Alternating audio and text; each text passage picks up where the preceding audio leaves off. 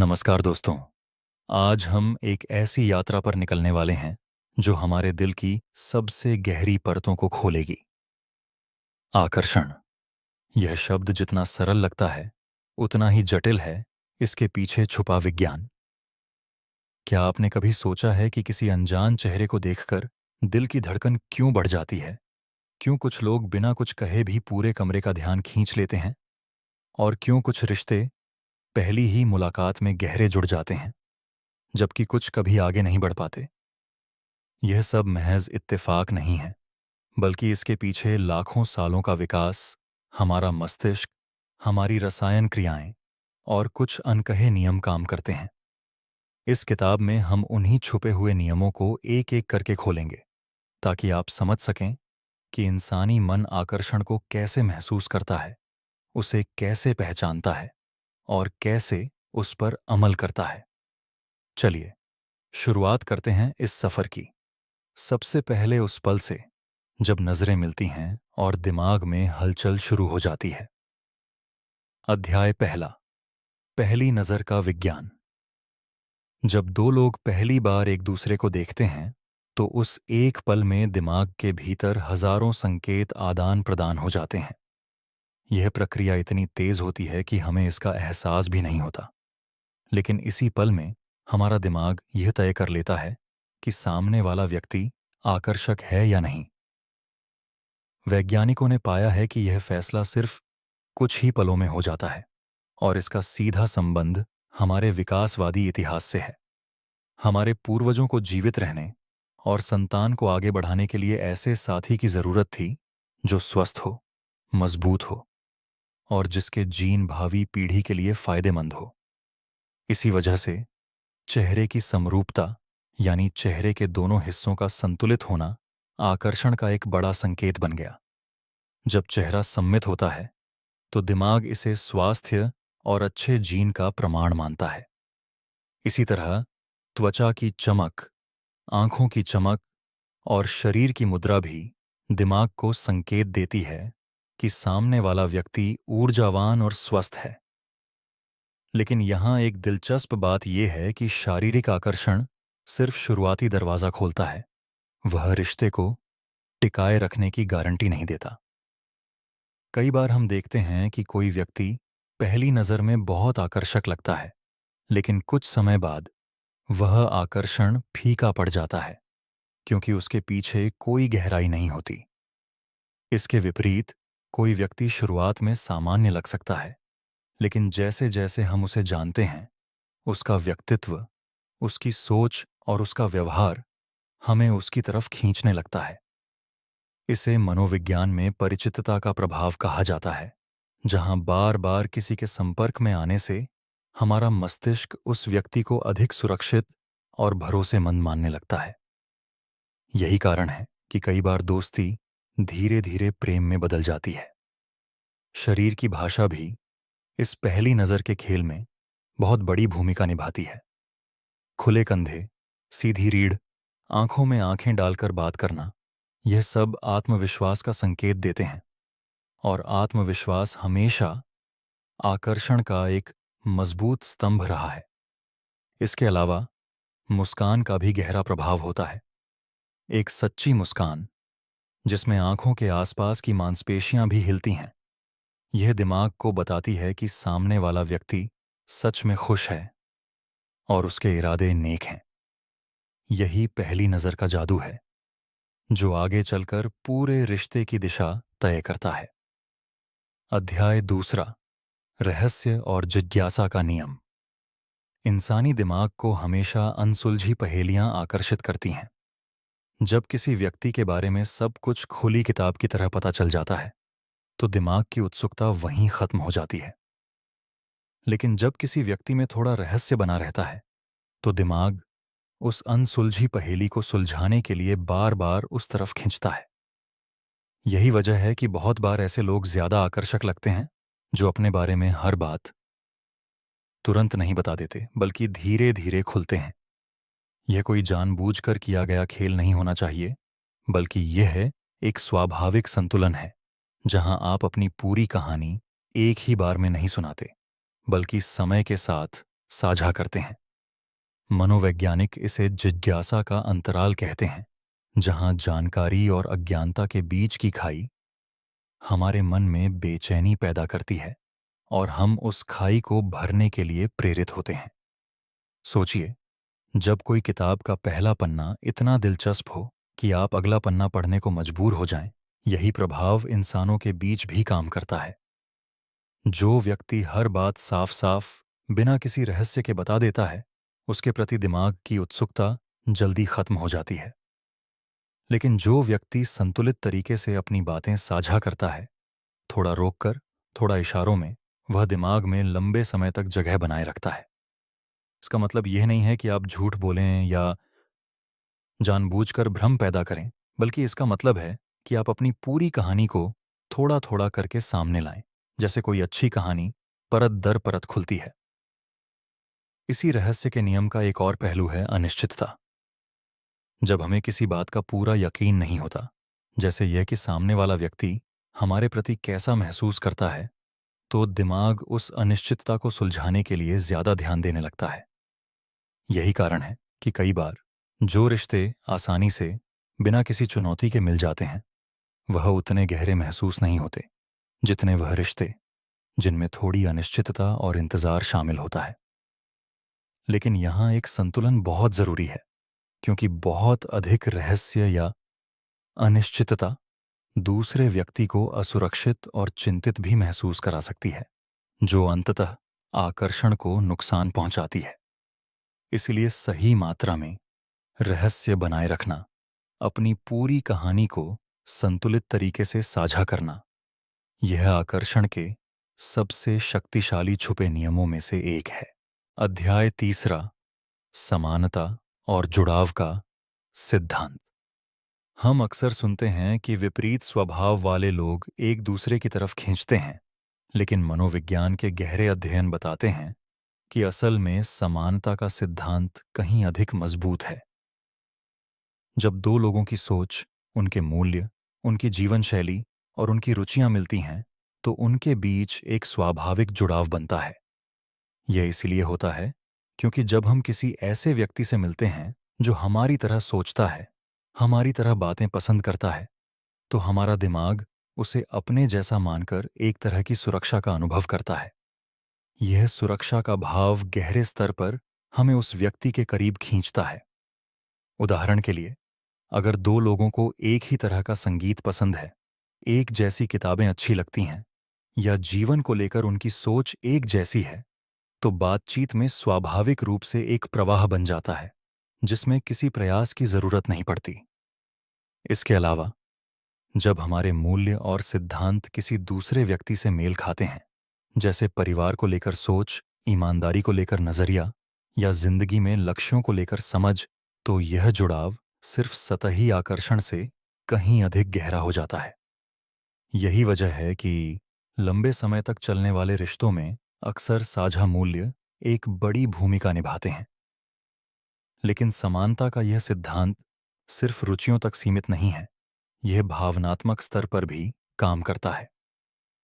जब कोई व्यक्ति हमारी भावनाओं को समझता है, हमारे दुख और सुख को महसूस कर पाता है, तो यह भावनात्मक समानता हमें उस व्यक्ति के और करीब ले आती है।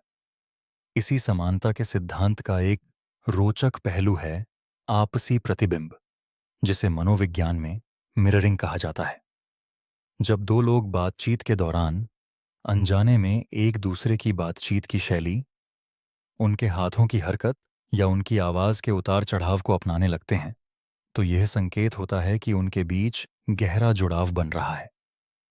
यह मिररिंग सहज रूप से होती है और यह दिखाती है कि हमारा मस्तिष्क दूसरे व्यक्ति के साथ तालमेल बनाने की कोशिश कर रहा है। इसलिए जब आप किसी व्यक्ति के साथ बातचीत में पाते हैं कि आप दोनों एक ही लहजे में हंस रहे हैं, एक जैसी बातों पर सहमत हो रहे हैं, तो समझ लीजिए कि समानता का यह छुपा नियम अपना काम कर रहा है। अध्याय चौथा, दुर्लभता और कमी का मनोविज्ञान। इंसानी मन का एक अजीब लेकिन बहुत शक्तिशाली नियम है। जो कुछ चीजें हमें आसानी से मिल जाती हैं, उनकी कीमत हमारी नज़र में कम हो जाती है, और जो चीज़ें दुर्लभ होती हैं उनकी कीमत बढ़ जाती है। यही नियम आकर्षण के क्षेत्र में भी पूरी तरह लागू होता है। जब कोई व्यक्ति हर समय उपलब्ध रहता है, हर बुलावे पर तुरंत हाजिर हो जाता है, तो धीरे धीरे उसकी मौजूदगी की कीमत कम महसूस होने लगती है। लेकिन जब किसी व्यक्ति का अपना जीवन है, उसकी अपनी प्राथमिकताएं हैं और वह हर समय उपलब्ध नहीं रहता, तो उसकी मौजूदगी ज्यादा कीमती लगती है। यह दुर्लभता का सिद्धांत सिर्फ समय की उपलब्धता तक सीमित नहीं है, यह भावनात्मक उपलब्धता पर भी लागू होता है। जो व्यक्ति अपनी भावनाओं को संतुलित तरीके से दिखाता है, जो हर बात पर तुरंत बहुत अधिक उत्साह नहीं दिखाता, बल्कि अपनी प्रतिक्रिया में एक संतुलन रखता है, वह ज्यादा आकर्षक माना जाता है। इसके पीछे एक गहरा कारण यह है कि जब कोई चीज दुर्लभ होती है, तो दिमाग उसे ज्यादा मूल्यवान और विशेष मानता है, क्योंकि यह विकासवादी रूप से हमारे अंदर बसा हुआ है कि दुर्लभ संसाधन ज्यादा जरूरी होते हैं। लेकिन इस नियम का गलत इस्तेमाल भी हो सकता है, जैसे जानबूझकर खुद को दूर रखना या जानबूझकर अनदेखा करना।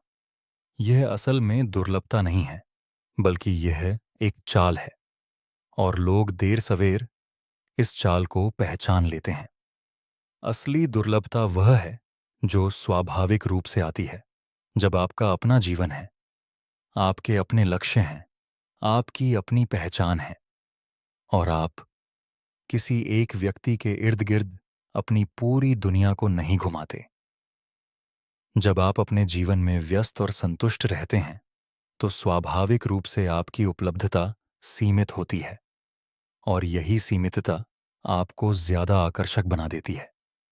इसके साथ ही जब हम किसी चीज को खोने का डर महसूस करते हैं, तो वह चीज हमें और भी ज्यादा प्रिय लगने लगती है। यही कारण है कि कई बार रिश्तों में जब अलगाव का खतरा सामने आता है, तो लोगों को अचानक उस रिश्ते की कीमत समझ में आती है।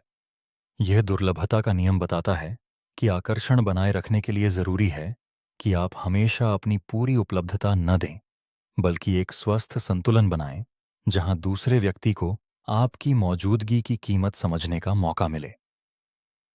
अध्याय 5वां, आत्मविश्वास की अनकही भाषा।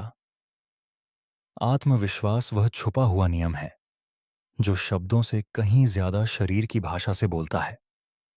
जब कोई व्यक्ति आत्मविश्वास से भरा होता है, तो उसकी चाल में एक स्थिरता होती है, उसकी आवाज में एक दृढ़ता होती है, और उसकी आंखों में एक ठहराव होता है।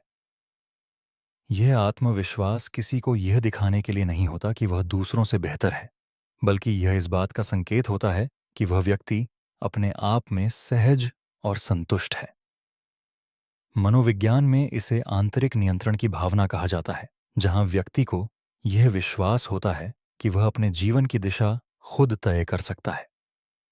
यह आंतरिक नियंत्रण ही असली आत्मविश्वास का आधार है। जब कोई व्यक्ति अपनी कमजोरियों को स्वीकार करता है, बिना शर्म के अपनी गलतियों को मानता है और बिना डर के अपनी राय रखता है, तो यही व्यवहार आकर्षण की एक मजबूत नींव बनाता है। इसके विपरीत, जो व्यक्ति लगातार दूसरों से मान्यता मांगता है, जो हर बात पर असुरक्षित महसूस करता है, उसकी ऊर्जा आकर्षक नहीं लगती, क्योंकि इंसानी मन स्वाभाविक रूप से स्थिरता और सुरक्षा की तरफ खिंचता है। आत्मविश्वास का एक और महत्वपूर्ण पहलू है आत्मसम्मान। जब कोई व्यक्ति अपने आप को महत्व देता है, अपनी सीमाएं तय करता है और अपने मूल्यों पर टिका रहता है, तो यह व्यवहार दूसरों को यह संकेत देता है कि यह व्यक्ति अपने आप को महत्वपूर्ण मानता है, और इसलिए दूसरे भी उसे महत्व देने लगते हैं। यह एक तरह का सामाजिक संकेत है, जहां हमारा दिमाग ये मान लेता है कि अगर कोई व्यक्ति खुद को महत्व देता है, तो उसमें जरूर कोई खास बात होगी। आत्मविश्वास सिर्फ बोलने या चलने के तरीके में नहीं, बल्कि निर्णय लेने की क्षमता में भी झलकता है। जो व्यक्ति जल्दी फैसले लेने में सक्षम होता है, जो अनिश्चितता में भी शांत रहता है, वह व्यक्ति स्वाभाविक रूप से नेतृत्व की भावना देता है, और नेतृत्व की यह भावना आकर्षण के सबसे पुराने और गहरे नियमों में से एक है। यह ध्यान रहे कि आत्मविश्वास और अहंकार में बड़ा अंतर है। अहंकार दूसरों को नीचा दिखाकर खुद को ऊंचा महसूस करने की कोशिश है, जबकि आत्मविश्वास खुद के साथ सहज होने की अवस्था है। यही असली आत्मविश्वास है, जो बिना किसी दिखावे के स्वाभाविक रूप से आकर्षण पैदा करता है। अध्याय छठा, आवाज का जादू और स्वर का प्रभाव।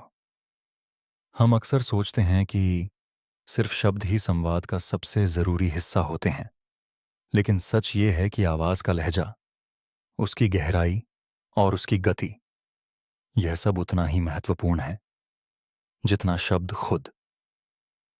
एक गहरी, शांत और स्थिर आवाज दिमाग को सुरक्षा और भरोसे का अनुभव कराती है। इसके विपरीत, अगर आवाज में घबराहट हो या बहुत तेज गति से बोला जाए, तो यह असुरक्षा का संकेत देती है। शोध बताते हैं कि कम पिच वाली आवाज जो धीरे और स्पष्ट रूप से बोली जाए, उसे ज्यादा आकर्षक और भरोसेमंद माना जाता है। इसके पीछे का कारण भी विकासवादी है, क्योंकि गहरी आवाज शक्ति और स्थिरता का प्रतीक मानी जाती रही है। लेकिन आवाज का जादू सिर्फ उसकी गहराई तक सीमित नहीं है, बल्कि उसमें छुपी भावनाएं भी बहुत महत्वपूर्ण हैं। जब कोई व्यक्ति किसी बात को सच्चे दिल से गर्मजोशी के साथ कहता है, तो उसकी आवाज में एक खास तरह की कोमलता आ जाती है, जो सुनने वाले के दिल को छू जाती है। इसके अलावा बातचीत के दौरान रुकना, यानी हर बात को बिना रुके लगातार न बोलना, बल्कि बीच बीच में थोड़ा ठहराव देना, यह सुनने वाले को सोचने और प्रतिक्रिया देने का मौका देता है, और यह ठहराव बातचीत को और गहरा बना देता है। आवाज की गति भी बहुत मायने रखती है। जो व्यक्ति बहुत तेज बोलता है, वह अक्सर घबराया हुआ या उत्सुक लगता है, जबकि जो व्यक्ति धीरे और सोच समझकर बोलता है, वह आत्मविश्वासी और नियंत्रण में लगता है। इसके साथ ही हंसी का भी गहरा प्रभाव होता है। जब कोई व्यक्ति किसी की बात पर सच्चे दिल से हंसता है, तो यह सुनने वाले को यह महसूस कराता है कि उसकी बातें मूल्यवान हैं, और यह भावनात्मक जुड़ाव को बहुत मजबूत बनाता है। आवाज के इस जादू का एक और पहलू है नाम का उपयोग।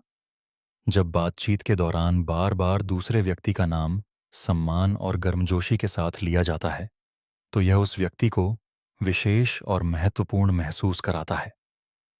यह एक छोटी सी बात लगती है, लेकिन इसका प्रभाव बहुत गहरा होता है, क्योंकि अपना नाम सुनना हर इंसान के लिए एक खास भावनात्मक अनुभव होता है।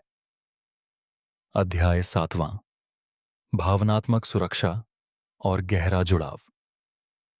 शारीरिक आकर्षण और आत्मविश्वास भले ही शुरुआती दरवाजा खोलें, लेकिन रिश्ते को गहराई और स्थायित्व देने वाला सबसे बड़ा नियम है भावनात्मक सुरक्षा। जब कोई व्यक्ति किसी के सामने अपनी भावनाओं को बिना डर के व्यक्त कर पाता है, अपनी कमजोरियों को साझा कर पाता है, बिना इस डर के कि उसका मजाक बनाया जाएगा या उसे नीचा दिखाया जाएगा, तो यही भावनात्मक सुरक्षा गहरे आकर्षण की नींव बनती है। मनोविज्ञान में इसे संवेदनशीलता कहा जाता है, और यह सबसे शक्तिशाली, फिर भी सबसे कम समझे जाने वाले नियमों में से एक है। बहुत से लोग सोचते हैं कि कमजोरी दिखाना आकर्षण को कम करता है, लेकिन सच इसके विपरीत है। जब कोई व्यक्ति अपनी असली भावनाओं को सही समय पर सही तरीके से साझा करता है, तो यह दूसरे व्यक्ति को यह विश्वास दिलाता है कि यह रिश्ता सतही नहीं है, बल्कि इसमें गहराई है। यह भावनात्मक खुलापन एक तरह का साहस दिखाता है, और साहस हमेशा आकर्षण का एक मजबूत हिस्सा रहा है। इसके साथ ही सुनने की कला भी भावनात्मक सुरक्षा का एक बड़ा हिस्सा है। जब कोई व्यक्ति दूसरे की बातों को पूरे ध्यान से सुनता है, बीच में बिना बोले, बिना अपनी राय थोपे, तो सामने वाला व्यक्ति यह महसूस करता है कि उसकी बातें सच में मायने रखती हैं। यह अनुभव भावनात्मक रूप से बहुत गहरा होता है, क्योंकि हर इंसान की एक बुनियादी जरूरत है कि उसे समझा जाए और सुना जाए। भावनात्मक सुरक्षा का एक और महत्वपूर्ण पहलू है समर्थन। जब कोई व्यक्ति मुश्किल समय में बिना शर्तों के साथ खड़ा रहता है, बिना किसी फायदे की उम्मीद के मदद करता है, तो यह व्यवहार रिश्ते में गहरा भरोसा पैदा करता है। यह भरोसा ही असली आकर्षण की नींव है, क्योंकि शुरुआती चमक समय के साथ फीकी पड़ सकती है, लेकिन भरोसा और सुरक्षा का भाव समय के साथ और मजबूत होता जाता है। इसी कारण से लंबे समय तक चलने वाले गहरे रिश्तों में अक्सर देखा जाता है कि दोनों लोग एक दूसरे के सामने पूरी तरह सहज होते हैं, बिना किसी दिखावे के, बिना किसी मुखौटे के। यही सच्चा भावनात्मक जुड़ाव है, जो किसी भी शारीरिक या सतही आकर्षण से कहीं अधिक गहरा और टिकाऊ होता है। अध्याय 8वां, मस्तिष्क की रसायन यात्रा। आकर्षण सिर्फ एक भावना नहीं है, बल्कि यह है हमारे मस्तिष्क के भीतर चलने वाली एक जटिल रासायनिक प्रक्रिया है। जब हम किसी के प्रति आकर्षित होते हैं, तो हमारे मस्तिष्क में कई तरह के रसायन सक्रिय हो जाते हैं, जो हमारी भावनाओं और व्यवहार को सीधे प्रभावित करते हैं। सबसे पहले बात करते हैं डोपामिन की, जिसे आनंद और प्रेरणा का रसायन कहा जाता है। जब हम किसी आकर्षक व्यक्ति के पास होते हैं या उसके बारे में सोचते हैं, तो मस्तिष्क में डोपामिन का स्तर बढ़ जाता है, जिससे हमें उत्साह और खुशी का अनुभव होता है। यही कारण है कि शुरुआती आकर्षण के दौरान हम लगातार उस व्यक्ति के बारे में सोचते रहते हैं, क्योंकि दिमाग उस आनंद को दोबारा महसूस करना चाहता है। इसके बाद आता है ऑक्सीटोसिन, जिसे बंधन का रसायन कहा जाता है। यह रसायन तब सक्रिय होता है जब हम किसी के साथ शारीरिक रूप से करीब होते हैं, जैसे आलिंगन, या जब हम किसी के साथ गहरी भावनात्मक बातचीत करते हैं। ऑक्सीटोसिन हमें सुरक्षा और जुड़ाव का अनुभव कराता है, और यह रिश्तों को गहरा और स्थायी बनाने में बड़ी भूमिका निभाता है। इसके अलावा सेरोटोनिन भी एक महत्वपूर्ण भूमिका निभाता है, जो हमारी मूड और भावनात्मक स्थिरता को नियंत्रित करता है। दिलचस्प बात यह है कि शुरुआती आकर्षण के दौरान सेरोटोनिन का स्तर अक्सर कम हो जाता है, जिससे हम उस व्यक्ति के बारे में बार बार सोचते हैं, ठीक उसी तरह जैसे किसी जुनूनी विचार में फंस जाते हैं।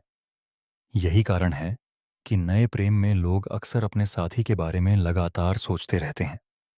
इसके साथ ही एड्रेनालिन भी इस रासायनिक खेल में शामिल होता है, जो दिल की धड़कन बढ़ाता है, हाथों को थोड़ा कंपाता है और शरीर में एक तरह की उत्तेजना पैदा करता है, जिसे हम घबराहट या रोमांच के रूप में महसूस करते हैं। यह समझना जरूरी है कि यह सभी रसायन मिलकर एक पूरी प्रक्रिया बनाते हैं, जो आकर्षण को सिर्फ एक भावना नहीं, बल्कि एक जैविक अनुभव बनाते हैं। समय के साथ जैसे जैसे रिश्ता आगे बढ़ता है, डोपामिन की तीव्रता कम होती जाती है, लेकिन ऑक्सीटोसिन और गहरे भावनात्मक बंधन की भूमिका बढ़ती जाती है, जो लंबे समय तक चलने वाले रिश्तों की नींव बनाते हैं। अध्याय 9वां, सामाजिक प्रमाण और झुंड का मनोविज्ञान। इंसान एक सामाजिक प्राणी है, और हमारा मस्तिष्क हमेशा यह देखता है कि बाकी लोग किसी व्यक्ति को कैसे देखते हैं। इसे सामाजिक प्रमाण कहा जाता है, और यह आकर्षण के सबसे छुपे हुए, फिर भी सबसे शक्तिशाली नियमों में से एक है। जब हम देखते हैं कि कोई व्यक्ति दूसरों के बीच सम्मान पाता है, जब हम देखते हैं कि लोग उसकी बातें ध्यान से सुनते हैं, उसके साथ समय बिताना चाहते हैं, तो हमारा दिमाग स्वाभाविक रूप से उस व्यक्ति को ज्यादा मूल्यवान मानने लगता है। यह विकासवादी दृष्टिकोण से समझ में आता है, क्योंकि हमारे पूर्वजों के लिए समूह की स्वीकृति जीवित रहने के लिए जरूरी थी। इसी कारण से जो व्यक्ति समूह में अच्छे संबंध रखता है, जिसके दोस्त उसे पसंद करते हैं और सम्मान देते हैं, वह व्यक्ति स्वाभाविक रूप से अधिक आकर्षक माना जाता है। यह सामाजिक प्रमाण सिर्फ दूसरों की राय तक सीमित नहीं है, बल्कि यह हमारे आत्मविश्वास को भी प्रभावित करता है। जब हम जानते हैं कि हमारे आसपास के लोग हमें पसंद करते हैं और हमारा समर्थन करते हैं, तो हमारा आत्मविश्वास स्वाभाविक रूप से बढ़ जाता है, और यह आत्मविश्वास फिर आकर्षण को और मजबूत बनाता है। इसके अलावा सामाजिक प्रमाण का एक और पहलू है नेतृत्व क्षमता। जो व्यक्ति समूह में स्वाभाविक रूप से नेतृत्व करता है, जो दूसरों को प्रेरित करता है, जो कठिन परिस्थितियों में शांत रहकर रास्ता दिखाता है, वह व्यक्ति आकर्षण के मामले में हमेशा आगे रहता है। यह नेतृत्व किसी पद या अधिकार से नहीं आता, बल्कि यह स्वाभाविक व्यवहार से झलकता है, जैसे दूसरों की बात सुनना, निर्णय लेने में सक्षम होना और मुश्किल समय में जिम्मेदारी लेना। एक और दिलचस्प पहलू यह है कि जब हम किसी व्यक्ति को दूसरों के साथ खुशी से बातचीत करते देखते हैं, हंसते हुए, सहज होते हुए, तो यह हमें उस व्यक्ति की तरफ और आकर्षित करता है, क्योंकि यह दिखाता है कि वह व्यक्ति सामाजिक रूप से सक्षम और भावनात्मक रूप से स्वस्थ है। इसीलिए सामाजिक दायरे का स्वस्थ होना, दोस्तों के साथ अच्छे संबंध रखना, यह सिर्फ सामाजिक जीवन के लिए ही नहीं, बल्कि आकर्षण के छुपे खेल में भी एक बहुत बड़ी भूमिका निभाता है। अध्याय 10वां, खींचतान का खेल, पुश और पुल का संतुलन। आकर्षण के सबसे जटिल, फिर भी सबसे प्रभावी नियमों में से एक है पुश और पुल का संतुलन, यानी कभी करीब आना और कभी थोड़ा दूर हो जाना। यह नियम पहली बार में थोड़ा अजीब लग सकता है, लेकिन इसके पीछे गहरा मनोविज्ञान है। जब कोई व्यक्ति हमेशा एक ही तरह से व्यवहार करता है, हमेशा बहुत ज्यादा उत्साही या हमेशा बहुत ज्यादा उपलब्ध रहता है, तो दिमाग उस व्यवहार का अनुमान लगा लेता है। और जब किसी चीज का अनुमान लगाया जा सकता है, तो उसमें रोमांच कम हो जाता है। लेकिन जब व्यवहार में थोड़ी अनिश्चितता होती है, जब कभी गर्मजोशी मिलती है और कभी थोड़ी दूरी, तो दिमाग उस अनिश्चितता को सुलझाने के लिए ज्यादा ध्यान देने लगता है। यह नियम जुए की मशीन के मनोविज्ञान जैसा है, जहां अनिश्चित परिणाम हमें बार बार उस तरफ खींचते हैं। लेकिन यहां एक बहुत महत्वपूर्ण बात समझनी जरूरी है। यह पुश और पुल कोई जानबूझकर खेली जाने वाली चाल नहीं होनी चाहिए, बल्कि यह एक स्वाभाविक प्रक्रिया होनी चाहिए, जो आपके अपने जीवन, आपकी अपनी प्राथमिकताओं और आपकी अपनी भावनाओं से आती है। उदाहरण के लिए, जब आप किसी के साथ गहरी बातचीत करते हैं, करीब महसूस करते हैं, यह पुल का हिस्सा है। लेकिन जब आप अपने काम में व्यस्त होते हैं, अपने दोस्तों के साथ समय बिताते हैं या अपनी जरूरतों को प्राथमिकता देते हैं, यह पुश का हिस्सा है। यह संतुलन स्वाभाविक रूप से तब बनता है जब आपका अपना जीवन संतुष्ट और संपूर्ण होता है। जो व्यक्ति अपनी पूरी पहचान किसी एक रिश्ते में खो देता है, वह स्वाभाविक रूप से सिर्फ पुल की तरफ झुक जाता है, जिससे आकर्षण का संतुलन बिगड़ जाता है। इसके विपरीत, जो व्यक्ति अपने जीवन में संतुलन बनाए रखता है, अपनी पहचान और अपने हितों को बनाए रखता है, वह स्वाभाविक रूप से इस पुश और पुल के खेल में संतुलन बना पाता है। यह याद रखना जरूरी है कि इस संतुलन का मकसद किसी को चोट पहुंचाना या भ्रमित करना नहीं है, बल्कि यह एक स्वस्थ रिश्ते में स्वाभाविक रूप से मौजूद रहने वाला तत्व है, जो रिश्ते को ताजगी और रोमांच से भरा रखता है। अध्याय 11वां, अल्पकालिक चमक और दीर्घकालिक गहराई। यह समझना बहुत जरूरी है कि जो चीजें शुरुआती आकर्षण पैदा करती हैं, वह हमेशा वही नहीं होती जो रिश्ते को लंबे समय तक टिकाए रखती हैं। शारीरिक आकर्षण, रहस्य और तुरंत मिलने वाला रोमांच, यह सब शुरुआती दरवाजा खोलने में मदद करते हैं, लेकिन समय के साथ इनकी जगह गहरे और स्थायी तत्व लेने लगते हैं। दीर्घकालिक आकर्षण में सबसे बड़ी भूमिका निभाते हैं साझा मूल्य, आपसी सम्मान, भावनात्मक सुरक्षा और एक दूसरे के विकास में सहयोग। जब दो लोग एक दूसरे को सिर्फ शुरुआती आकर्षण के आधार पर नहीं, बल्कि एक दूसरे के व्यक्तित्व, उनके सपनों और उनकी जिंदगी के लक्ष्यों के आधार पर समझते हैं, तो यह रिश्ता समय के साथ और मजबूत होता जाता है। दीर्घकालिक आकर्षण में हास्य की भूमिका भी बहुत महत्वपूर्ण है। जो जोड़े एक साथ हंस सकते हैं, जो कठिन समय में भी थोड़ी हल्की फुल्की बातें कर सकते हैं, उनका रिश्ता तनाव के समय में भी टूटता नहीं है, बल्कि और मजबूत होता है। इसके अलावा एक दूसरे के विकास में सहयोग देना, यानी जब एक व्यक्ति दूसरे के सपनों और लक्ष्यों का समर्थन करता है, बिना ईर्ष्या के, बिना प्रतिस्पर्धा के, तो यह सहयोग रिश्ते को गहराई देता है। दीर्घकालिक आकर्षण का एक और महत्वपूर्ण पहलू है संघर्ष को सुलझाने की क्षमता।